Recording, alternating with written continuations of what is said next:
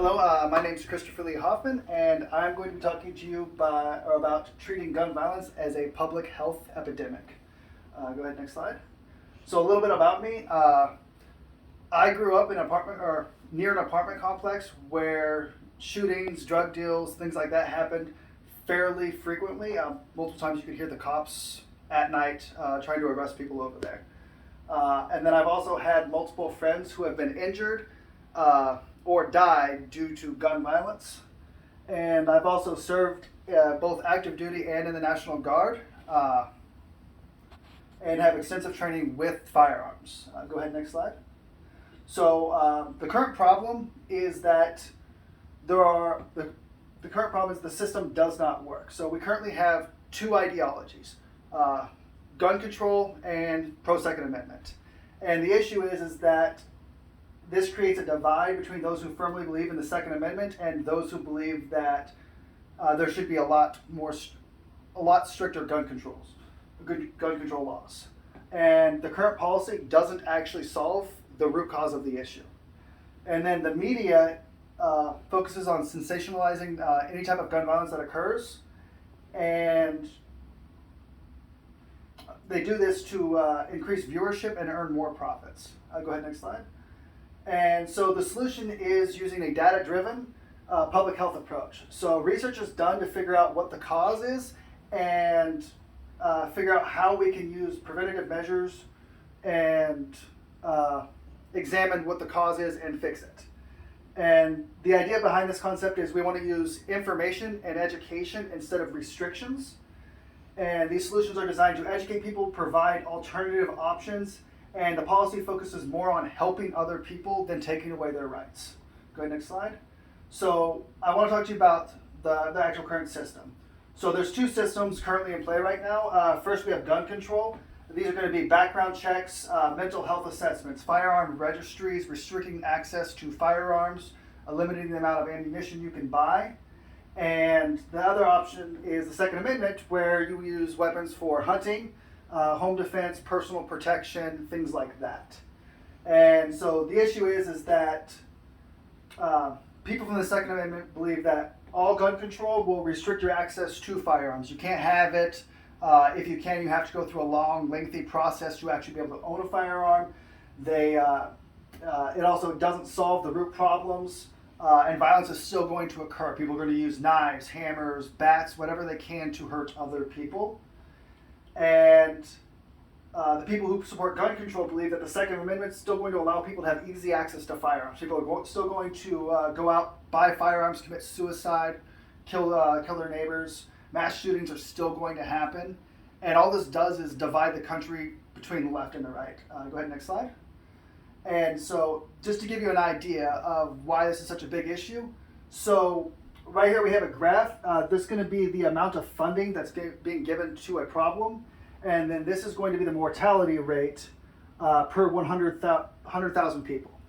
So we have gun violence right here in the center, one of the lowest funded issues besides falls and drowning. However, it has the same amount of deaths as something like sepsis, which receives more than 7 times the amount of funding being given to it, or HIV or AIDS, which has more deaths or less deaths and receives probably 20 to 30 times the amount of funding. Go ahead, next slide. Now, with more funding, we'll be able to solve more issues. Roughly 60% of the deaths related to firearms are actually from suicide. Only 37% actually come from homicides, murders, things of that nature. And only 3% is going to be from accidental gun discharges, death by police, or things of that nature. Go ahead, next slide.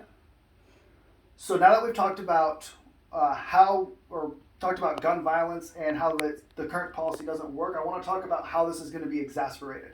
So the media's role in gun violence is probably one of the worst ones.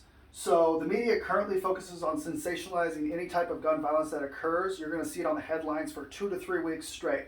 You're going to see multiple reports every hour about so many people died, these many people are in critical condition. And depending on which news channels you are watching, They will then start to use incorrect terms to demonize the guns, to demonize the victims, to demonize the shooters.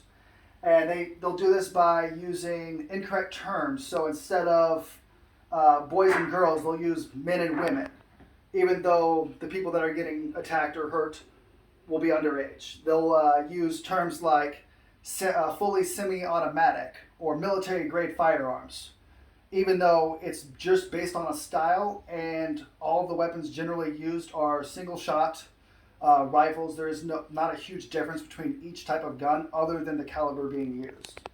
And they will also increase the stress their audiences experiences by using scare tactics based on the terms that they're using. Go ahead, next slide. So one of the biggest issues is social media. So traditional media, you're going to see CNN, Fox News, places like that, usually give trigger warnings before anything gruesome is shown, whether it's a dead body, somebody getting hurt. You're going to have a warning so you can look away or change the channel ahead of time. Social media doesn't usually have that option. Some places have started implementing this. However, you can still go on websites and find a picture of a body that's not censored at all. And the other issue is people who have consumed lots of media in the weeks after the Boston Marathon bombing were more likely to experience 6 times the amount of stress than the people who were actually at the bombing.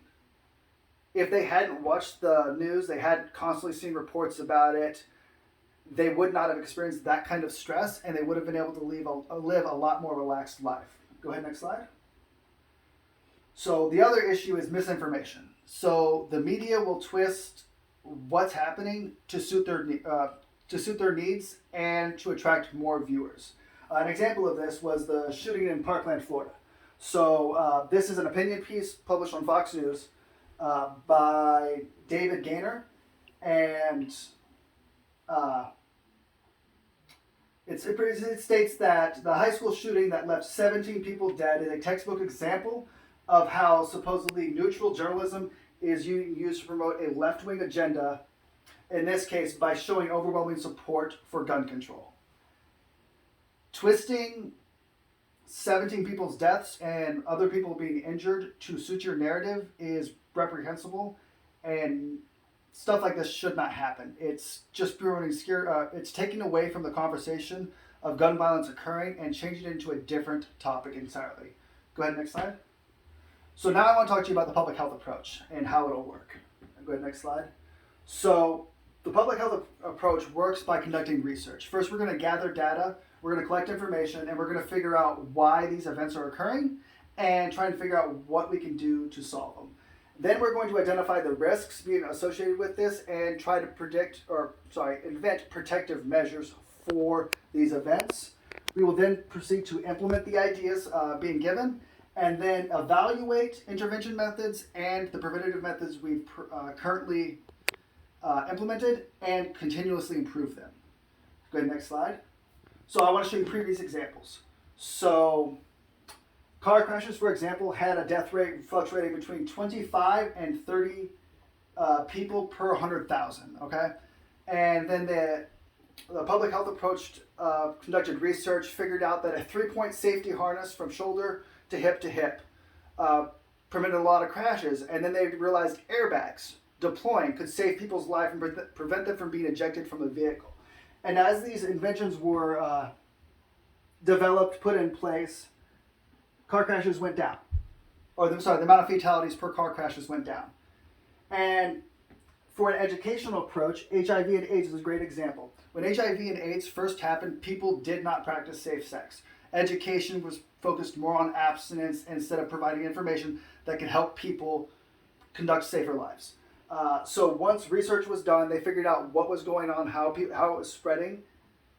Money was invested to promote safe sex practices such as using condoms, taking pre-medication to prevent the spread of HIV and AIDS. And as you can see, the spread has drastically dropped in 2000 and has stayed low ever since. The issue is that firearms, due to the lack of funding, has stayed roughly the same throughout the last 70 years. Go ahead, next slide. So by using a public health approach, we can try and solve this issue. This current system does not work. It does not solve the root cause. It doesn't provide any preventative measures, and it doesn't help people. A lack of funding and compromise between the left and the right leaves the root cause completely untreated. And the media sensationalizes gun violence every time it occurs just for profits and viewership ratings. A public health approach finds a compromise between between both parties. And by changing the conversation from gun control into this is a public health epidemic and what can we do to solve it, we can save more people's lives and educate more people on the issues of gun violence. And next slide. Thank you for your time, and it's been a pleasure.